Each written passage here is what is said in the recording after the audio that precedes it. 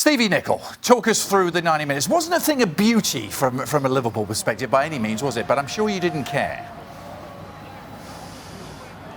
No, listen, at the end of the day, it's the result that matters most.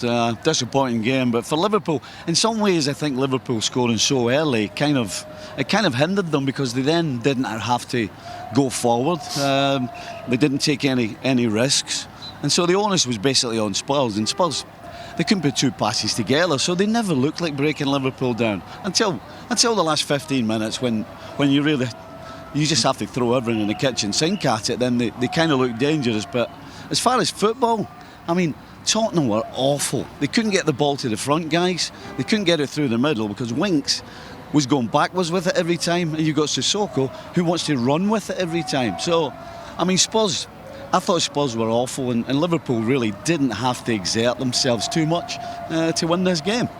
Stuart, why did we see the sort of game that we saw? So many passes going astray, no rhythm, no sharpness. Why was it like that?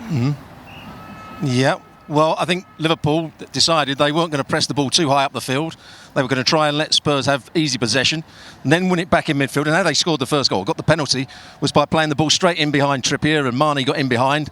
That caused it, and that's what they were looking for all the time. And that forward ball wasn't particularly good. Salah made run after run after run. The ball wasn't quite ready for him or wasn't quite in his path. They tried to play on the counter-attack and it didn't really work. And as for Spurs, I disagree with Stevie. They had a lot of possession. They actually passed it quite nicely. But that's what they did nicely. They didn't get it into the front players with any penetration. They kept the ball for the sake of keeping the ball. How many times did Vertonghen and Alderweireld keep passing it backwards and forwards? And as Stevie said, it goes into Harry Winks. Harry Winks passes it backwards. There was no sharpness or penetration about Tottenham whatsoever. Well, that all adds up then, Robbo, to being a poor performance from Tottenham, really. I mean, when you think about it, you know, Liverpool, you know, we can possession for what? Possession has to have a purpose. And I was surprised at Liverpool. Listen, let's put it one way.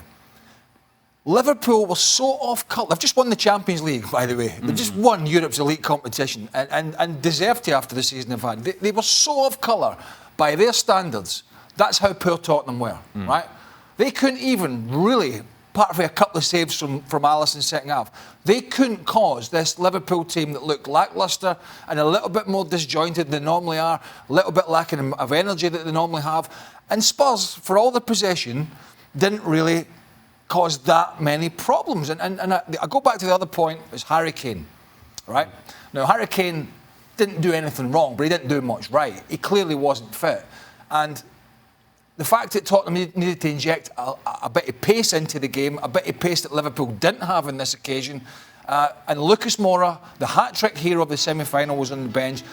I actually think that was weak, man. And Pochettino's had lots of credits, Adrian. Yep. I thought that was weak management from Pochettino. He got hung on to the if Harry's fit, Harry starts brigade. And whilst that wasn't their only problem, clearly, if you have an unfit player, and by the way, a really annoyed one on the bench, who's now had to be left out after his heroics in Lucas Moura, then you've got to ask him to come on and change the game. I thought Pochettino got all that wrong. Ali, in so many ways, we've already said it. Strange, bizarre, not the sort of final that many people were expecting. Did that early goal, the early breakthrough, the manner in which it happened have an effect, you think? Of course it did. 100% it did. Because it changed the approach for Liverpool. It's a team that, as Craig alluded to, they depend on that energy, on that intensity. You didn't see much of that at Liverpool, and part of me thinks it's because they didn't really have to. Once you score that goal, then Liverpool doesn't have to chase it anymore. Now you're forcing Spurs to say, okay, let's see if you're good enough to break us down. And the truth of the matter is that Spurs, for all the possession that they had, there wasn't anything about them that was really threatening. For more, sign up now for ESPN Plus.